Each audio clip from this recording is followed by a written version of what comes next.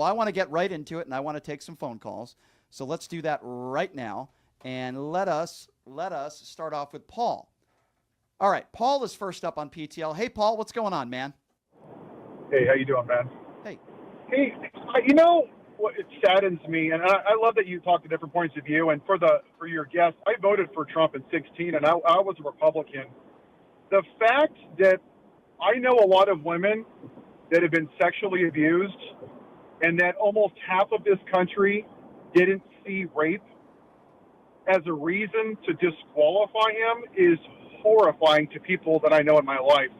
So what would your guest suggest that I tell them? That it's all just fake news, that a jury of his peers found him liable beyond a reasonable doubt with enough evidence that was presented, that that's the lamestream media and it never happened? What am I supposed to tell women in my life that are horrified that people like you still dismiss that he's a rapist because of the price of gas? What am I supposed to tell them? That's a fair question. I can only speak from my personal experience. So I have a number of businesses, and I've had, a handful of lawsuits and litigations, and I've seen courts come out with decisions that are indefensible, just not based in fact. I mean, I was found liable for unregistered securities for a company for securities that were exempt from registration. So you're making the case that you don't think there was enough evidence. Courts are fallible. Okay, so you're making the case that you don't think there was enough evidence that E. Jean Carroll was sexually abused. So if that's your opinion, which you're entitled to, and I would respectfully disagree, what would you say to the other 30 women out there, including his ex-wife who testified under oath in a deposition that he raped her? Look, are all these other women lying? All I'm saying is that I don't have enough information on their cases to draw my own conclusion, but I don't have unwavering confidence in the judiciary. Paul, what would you say to that? That's just, so then why do we have a court system? Because this is what's happened. What Donald Trump has done is the same thing that the mustache man did in Germany. He has been pushing fake news, fake news, fake news, fake news. Everything's rigged if you don't like it, if you don't want to agree with it. If we don't even trust the justice system, why do you think that women don't come forward and report rape cases when, and respectfully, people like you just go, well, what happened here, so it's not true. I didn't see the evidence. You're right, because you weren't on the jury, nor did I. But if we don't trust the court system, what do we have? Because if Trump goes in there and just says, well, I'm just gonna tell everyone on January 6th they're all gonna be free.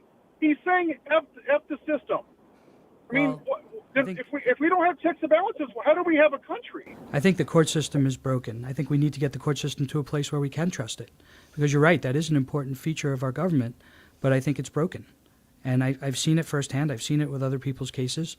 I don't know enough about his case, and I'm not just going to blindly believe in the court system from my own personal experience. And then I'm not on the criminal side, but I've seen people on the criminal side as well that have had just crazy outcomes. I know a person, when he was 13, he fooled around with a 12-year-old girl. They waited till he was 18, arrested him, charged him as an adult. He pled it out, and they agreed to treat it as if it was dealt with in the family court when he was a minor. Mm-hmm. The judge accepted the guilty plea but rejected the sentencing, 2-year suspended sentence, and then he can withdraw his plea. She sentenced him 4 to 10 years in state prison for something he did when he was 13.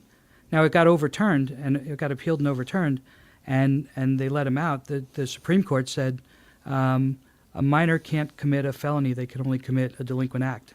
And a delinquent act doesn't become a felony on their 18th birthday. But he spent 3 years in jail because the judge didn't know what she was doing. I understand we can take some anecdotal evidence and say, well, this person, happens a lot. Okay, well, it happened with the Central Park Five, didn't it? And Donald Trump put out an entire page in the New York Times saying that they deserved the death penalty. They were proven innocent based on DNA evidence.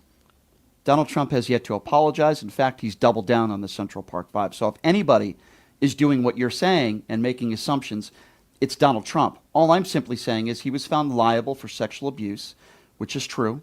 A jury of his peers. And if you don't believe it or you don't think that it happened, what's your definition of a peer? What's that? What's your definition of a jury of his peers? What took place in New York? Yeah, but what makes them his peers? Because geographically they live in the same town? Well, attorneys had the right to choose who they wanted to be based on jury selection. His attorneys had the right to say yes or no. They questioned everybody. It was a jury, and if you're making the case that the jury must have been biased towards Donald Trump, again, I go back to somebody's history. Look, right? I'm not here as an apologist for Donald Trump, right? He certainly has his flaws, right? My concern in this election cycle was I think Kamala Harris also has her flaws, and her flaws were overlooked by people who are just so enraged with Donald Trump that they're not looking at things clearly. I just think there's in my opinion, a difference between a flaw, like somebody laughing, and somebody who rapes a woman. I think there's a difference between somebody who might not answer a question the best way on The View and somebody who talks about the enemy within who wants to our military against our own people like Nancy Pelosi and a man who you know, Shifty Schiff.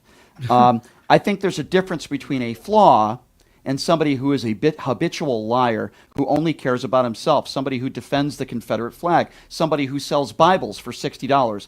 I agree with you. We all have our flaws. Kamala has hers. Nobody's perfect. But in my opinion, we're not talking about flaws. We're talking about an evil man who looks up to evil, murderous dictators.